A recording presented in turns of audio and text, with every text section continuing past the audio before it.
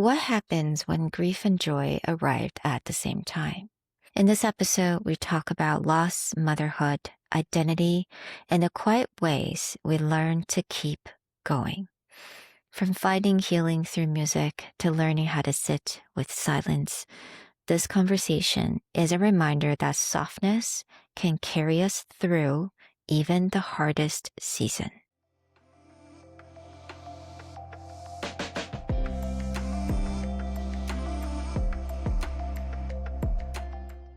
Hello, everyone. Welcome back to Soft Power Project. Today's guest is Maïlys Jox, a French singer-songwriter born in Singapore and now based in France, whose music lives in the intersection of vulnerability, resilience, and reinvention. And today we're going to talk not really just about music, but about survival, rebirth, motherhood, and what it means to slowly reconnect with the beauty and desire after an heartbreak. So thank you so much for being here today. Thank you so much. I'm really happy for the opportunity. Thank you so much. Thank you. And I have to say, I love your room. It's so beautiful. Yeah, beautiful, warm light. Absolutely. If you're watching from YouTube, it's like complete contrast of where I am right now. I think when I first talked to you in a pre-recording, your background is extremely interesting because I was so fascinated with your accent but you're based in France, but actually you're born in Singapore, right? Yeah, I was born in Singapore and I lived there for like 4 or 5 years. So I learned English from a very young age, a bit of Chinese, but I forgot everything. Um, and then when we came back to France, I went to an international school. So yeah, I tried to keep up with the English. And yeah, it's really nice to have that both languages that I can use in my life. It's a very rich to have both languages. Mm. And having lived in different places and exposed to such different culture, what is your definition of home? Hmm. I guess home is like a place where you feel really safe. So usually, I guess for me, home is my family. Like it's not really a place. Of course, I'm very linked to France, but I guess home is, yeah, it's feeling safe inside myself and feeling, I guess it's my family wherever they are in the world. Like family feels like home for me. And we've lived in different places in Singapore and in France. My brother's in the US, so we have kind of this multicultural life. But yeah, I guess when I'm with my family, I feel that wherever we are at home together. That's so beautiful. And I love that you have so many different exposures to different cultures at different point of your life. I know that we kind of walk into this conversation because you had a family member really close to you that passed. And that was really when I think immediately after you were a new mother, right? Yeah. And I just, I was just wondering how much of that part of your life that you could share with us what that was like. Yeah. So a little over 2 years ago, one of my closest friends and family member passed away very suddenly. And I guess, yeah, what I want to share is that initially nothing really can prepare you for something like that. And it's just such a big turning point in your life, and you just start seeing life a little bit differently.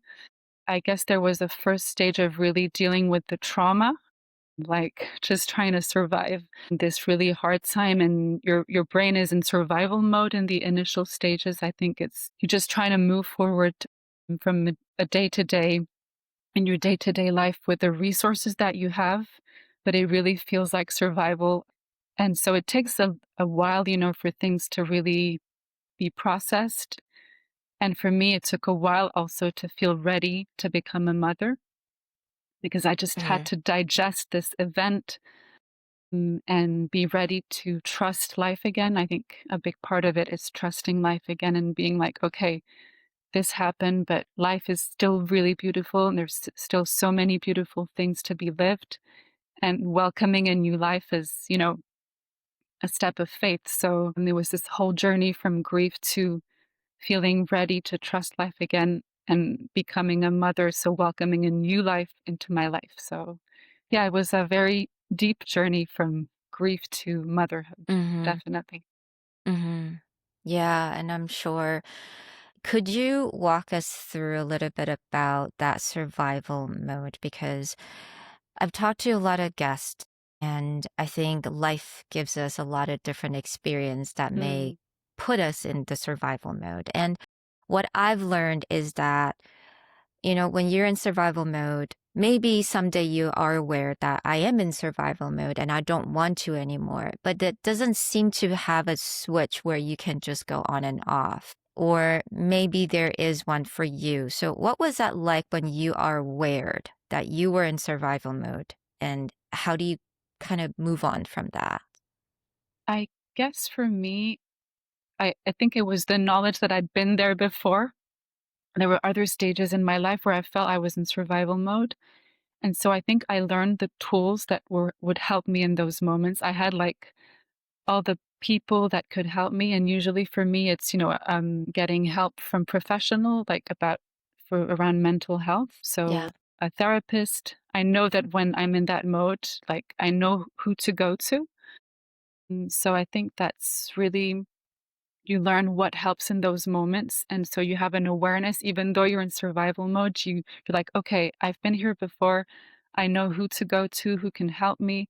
And I think professional help is usually what helps me kind of calm my emotions and navigate through that time. It's not, like an immediate switch, but I know how to manage it, and little by little Mm, get out of it. But it's something that you just kind of learn to manage when you're in the heart mm, of it. And it feels very uncomfortable. Honestly, it's not a place where you want to stay too long.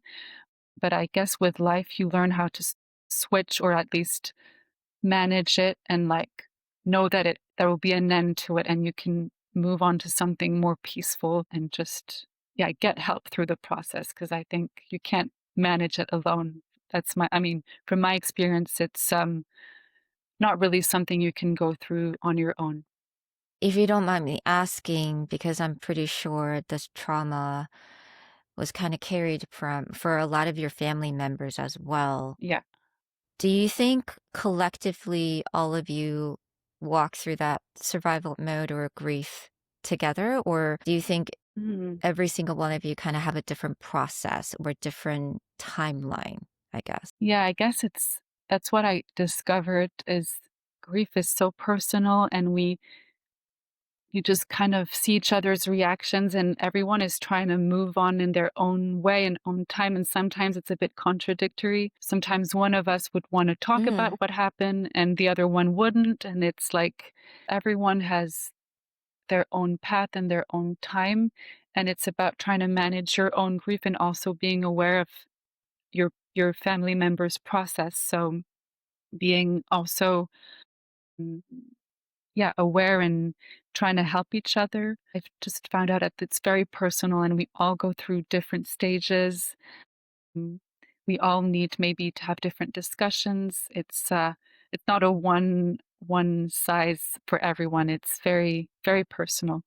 And it's sometimes not easy to go through your own stage while being aware and mindful of what the other person may be going through.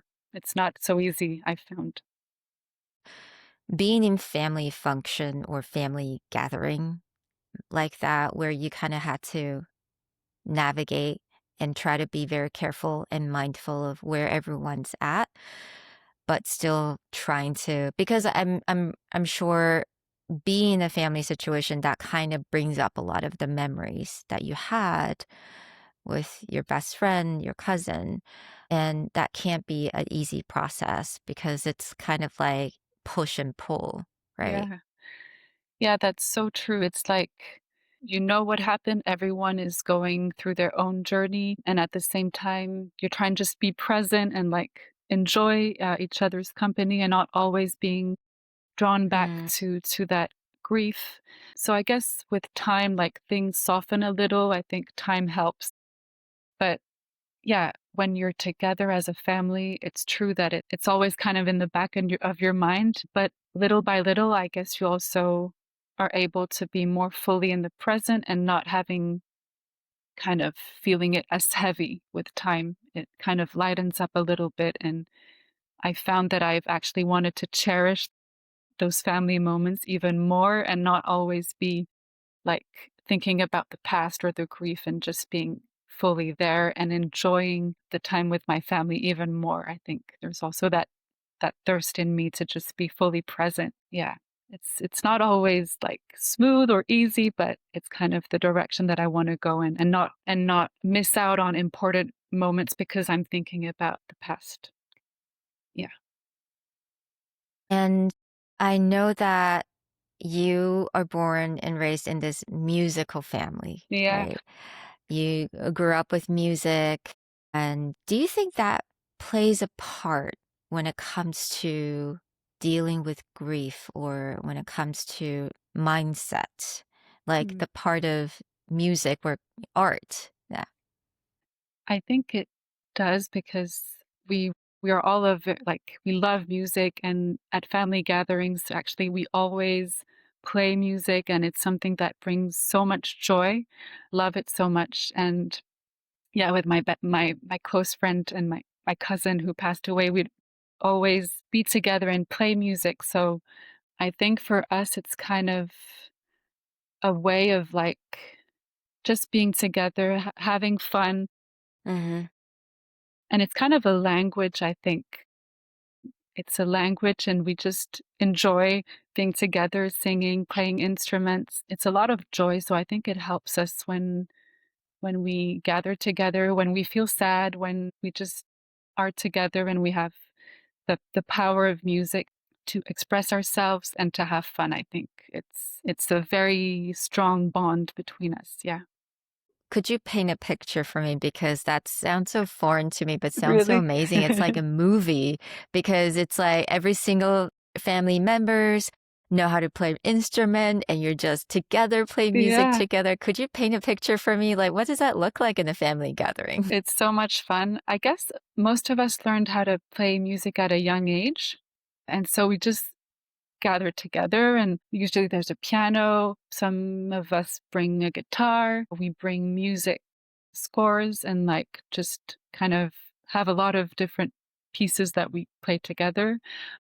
And then we learn the different harmonies. And yeah, there's usually singing, people playing instruments.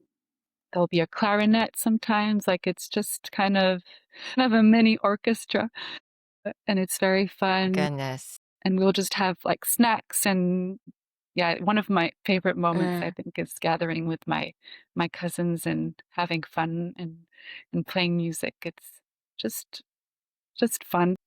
yeah.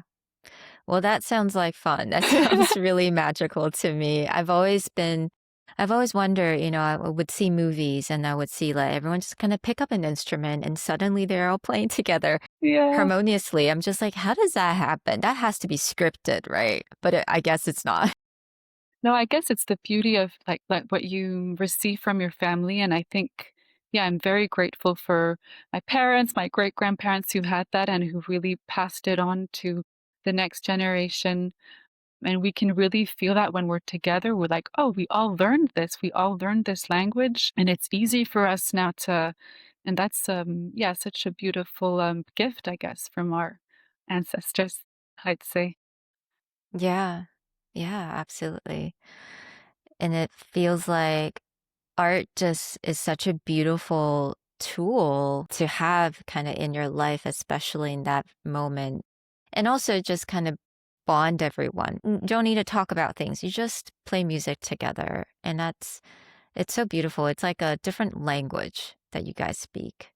Yeah, exactly. We don't need to put it into words. Like music helps us just be together, bond, express what we want to express. And everyone can find, even if some cousins or friends haven't learned an instrument, like everyone can just join. And yeah, it's another language and another way to express ourselves and just being present and not being too serious and having a good time together.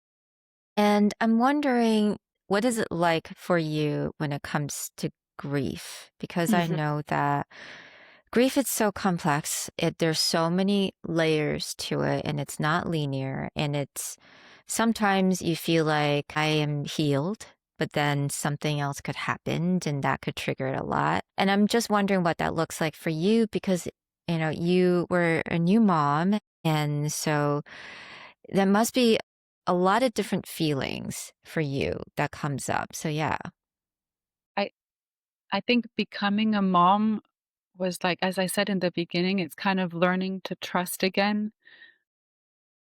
And being a mom with this, yeah, going through grief of the grief of my friend passing away. Sometimes I'll have some kind of irrational fear, coming up and being, oh, what if this beautiful moment just suddenly stops and something terrible happens?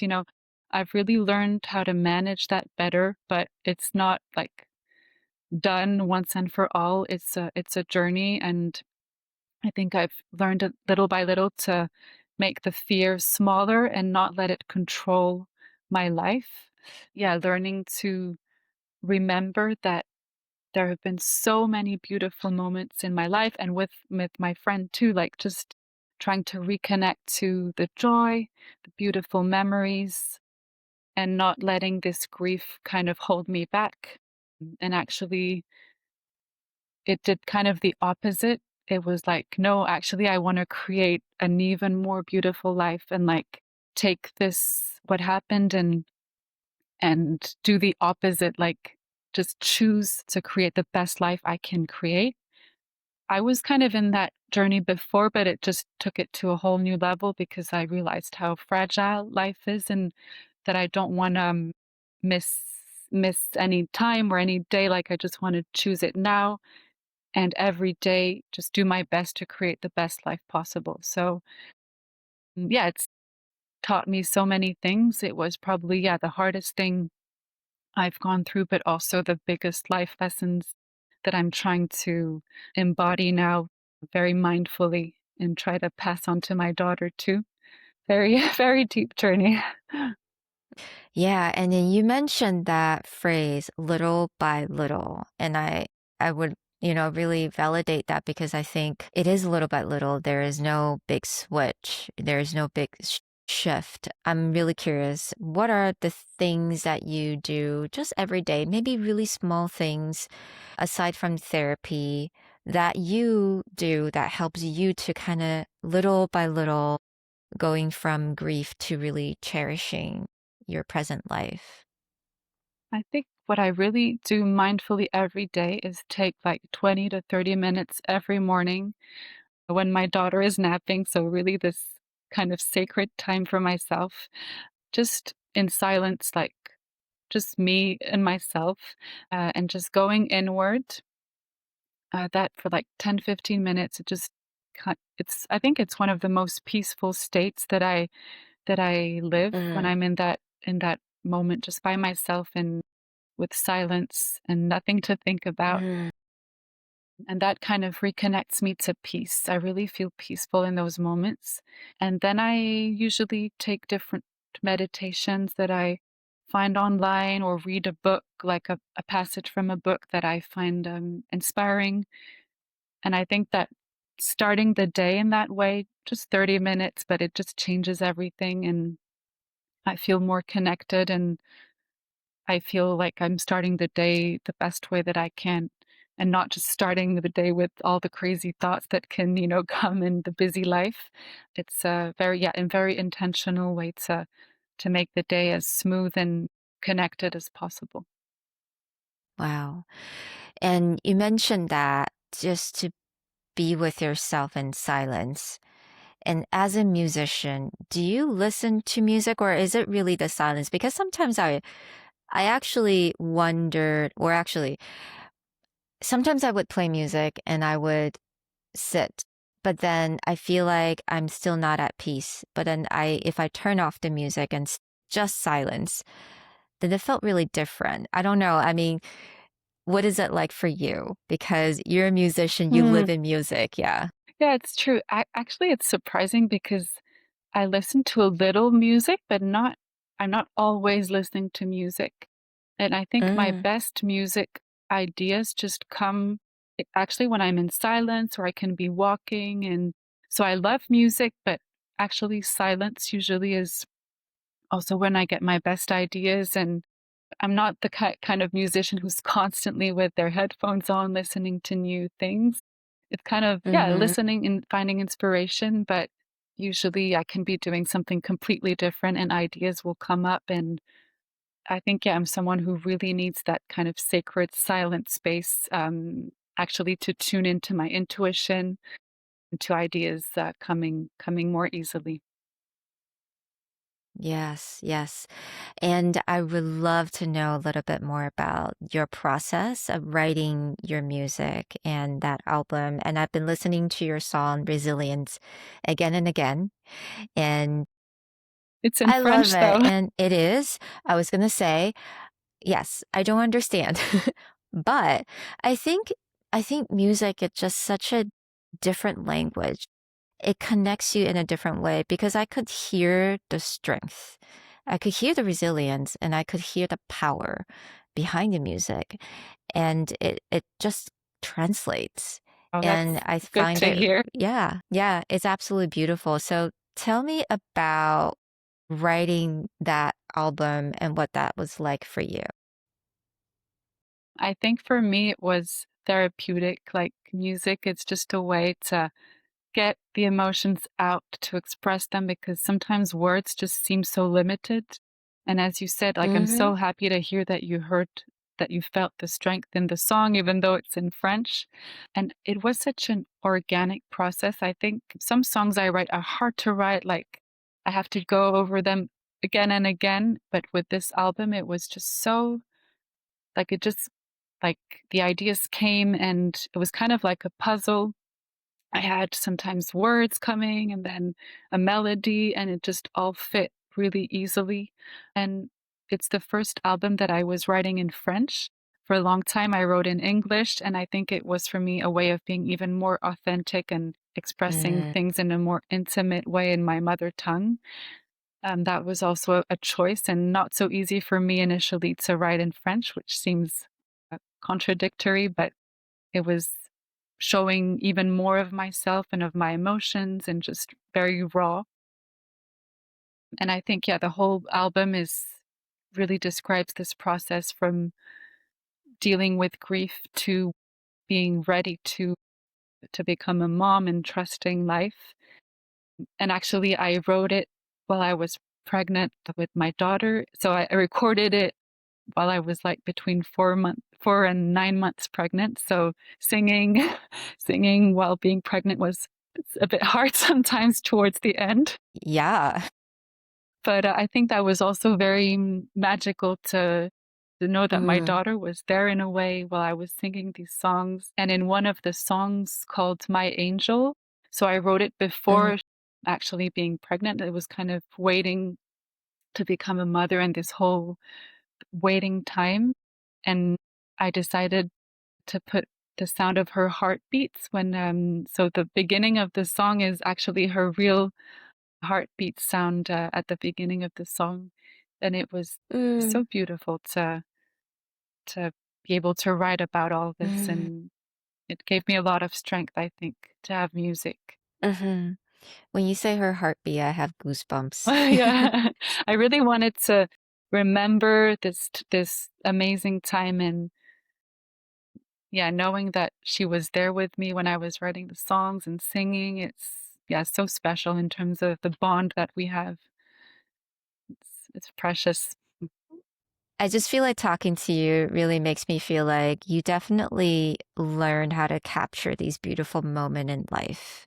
You know, you mentioned earlier about just wanting to cherish these moments with your family and cherishing life and not to be caught up in the past. But I think your music is a perfect example of you capturing those little moments. And I find that incredibly inspiring. And I feel like this is something that we can all learn, even though we may not be musician, but we can find our own ways to do that. I think that really resonates because I think you can't make good music or like sing well if you're not in the present moment and just trying to be fully, yeah, in the moment. And yeah, you can't really live life fully if you're not just being present. And music is a great teacher to being present, actually. So I think that really resonates. And even the album, yeah, trying to capture such beautiful moments. And I think that's why I like recording songs. I love live moments as well, but recording is like this feeling that you try to capture something that is so beautiful and put it into music because, of course, things, pass, move on, but you kind of have a little memory of a beautiful moment and you can reconnect to it. But yeah, music helps with that, with being present and enjoying and cherishing each moment. Is there any particular song? And I know Resilient is one of the single that you really promote.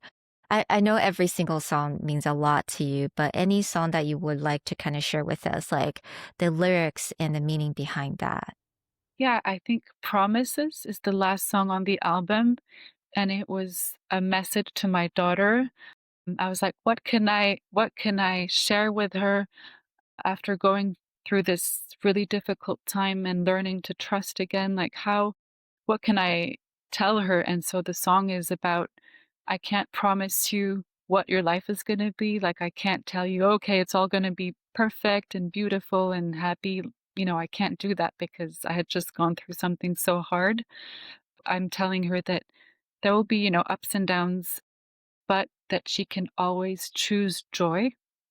I think that's what I learned, that even in the hardest moments, like, I could also feel joy. And when we had family gatherings, remembering my cousin, there was also joy, like, we were together and the joy coexisted with the grief, and that's something that I had not known it was possible, that you could hold those 2 emotions in your heart at the same time. So I tell her that she can choose joy, that she has all the resources in her to go through life, and in the song, I commit to loving her through each step.